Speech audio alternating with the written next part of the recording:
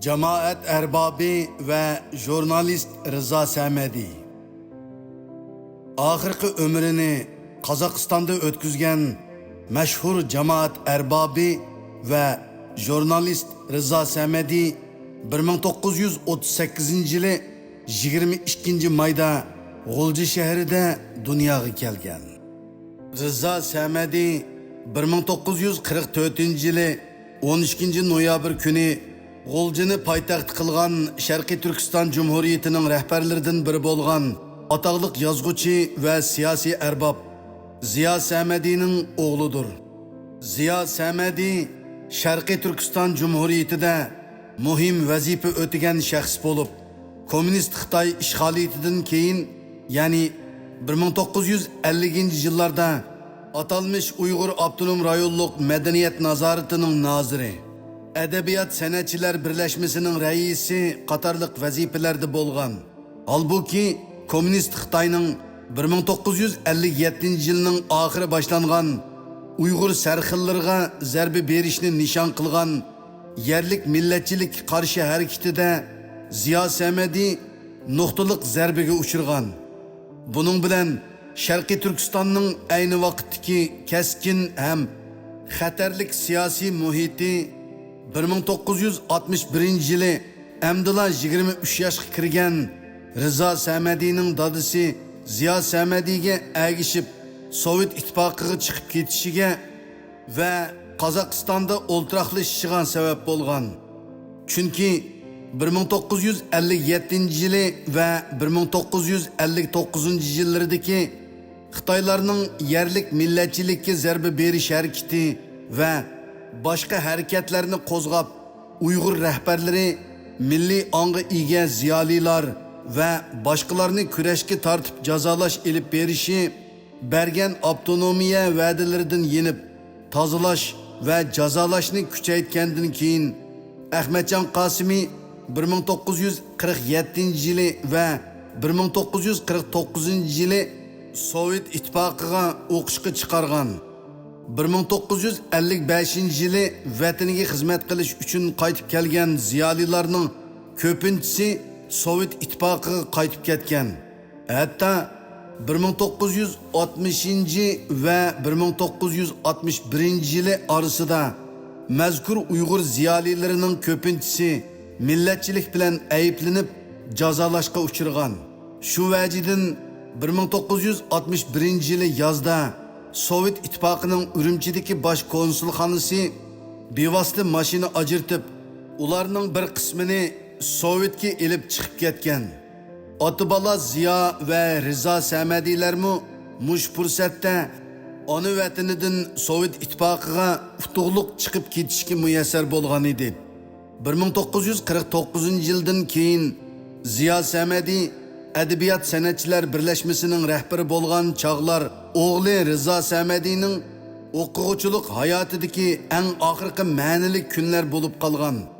1955 yılı 1 oktyabr ishg'oliyat ostidagi Sharqiy Turkistonda atalmış Uyg'ur Abdunum rayoni ta'sis qilinib 20 yildan keyin, ya'ni 1956 yılı yozda Rıza Samedi to'liq o'tir maktabni tamomlab shu yil kuzda Urumchi Pedagogika institutining filologiya fakultetiga o'qishga kirgan va bu maktabni 1959 yılı yozda Mingtasda utuqliq tugatgan.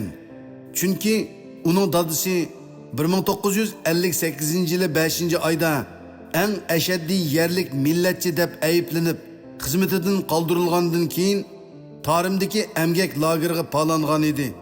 Rıza Samedi 1961 yılının may oyigacha G'ulji shaharlik 2 o'tir maktabda nazorat ostida muallimlik qilgan va shu yili iyul oyida to'liq 2 yil emgak lagerida jazolanib yengili qaytib kelgan dadisi bilan birga ilidagi G'uljidan Qozog'istonning markazi Almuta shahriga ko'chib chiqqan. Rıza Samedi 1968 yilgacha O'zbekiston va Qozog'istondagi Uyg'ur tilida anglatish beradigan radio sohasida diktor bo'lib ishlagan. Rıza Samedi 1960 yillarning boshlarida Xitoy Sovet ittifoqi munosabati buzilgandan keyin, ya'ni 1960-yillardan 1980-yillargacha bo'lgan oraliqda davomlashgan Xitoy Sovet orasidagi keskin tashviqot urushlariga to'liq shohid bo'lgan tirik arxiv hisoblanadi. Rizo Samadi dadasiga agishib Sovet ittifoqiga chiqib ketgan ashu yillarda Xitoy Sovet munosabati uzil-kesil buzilgan. Hatto ikki taraf orasidagi diplomatik surkilish nihoyatda tezla chegara to'qinishi va tashviqot urushiga aylangan. Rizo Samadining jurnalistlik hayoti Sovet Xitoy orasidagi bu tashviqot urushi bilan boshlangan. 1962-yildagi Ili Cho'chak voqeasi buning jonliq paketidir. Shu qitimqi cho'ng ko'sh-ko'shda 100 minglagan Sharqiy Turkistonlik Sovet ittifoqiga chiqib ketishga majbur bo'lgan. Ayni chog'dagi Sovet ittifoqi oliy rahbari Nikita Khrushchevning shu yili 12-oyda Ismoil Yusupov ismli bir Uyg'urni Qozog'iston Sovet ittifoqdosh Jumhuriyatining bosh sekretarligiga tayinlanishi Xitoyga qarshi eng kuchli signal bo'lgan edi. Uningdan keyin Sovet ittifoqi oliy rahbari bo'lgan Brejnev davrida Sovet Xitoy ikki davlat munosabati texmi yomonlashib va keskinlashib ketgan. Hatto 1969-yili 3-oyda Manjuriya va Jiroq Sharq chegarasidagi Amur daryosi ichidagi orol to'qinishi sababli ikki davlat orasida yadro urushi portlash xavfi tug'ilgan edi. Bu jarayonda Qozog'istondagi Uyg'urlar Sovetning Xitoylarga hayva qilishidagi eng kuchli dasmoyisiga aylangan edi. 1991-yili sobiq Sovet ittifoqi yiqilib, G'arbiy O'rta Osiyodagi Turkiy Jumhuriyatlar mustaqil bo'lgandan keyin marhum Rizo Samadi Markaziy Osiyodagi Uyg'urlarning siyosiy va madaniyat faoliyatlarida muhim rol o'ynagan. Butun hayotini Uyg'urlarning erkinlik ishlariga bag'ishlagan tonilgan siyosiy faoliyatchi, jamoat arbobi, peshqadam jurnalist Rizo Samadi 2024-yili 29 dekabr kuni Almuta shahrida 86 yoshida vafot bo'lgan. Rizo Samadi oxirgi umrida Dunyo Uyg'ur qurultiyining oliy maslahatchisi qatorliq vazifalarni o'tagan. Uyg'ur milliy harakatining Markaziy Osiyo ellarida jumladan Qozog'istonda kuchli rivojlanishiga muhim to'p qo'shgan. Shundaqla muhojiratdagi Uyg'urlarning birlik ittifoqligida muhim rol o'ynab kelgan.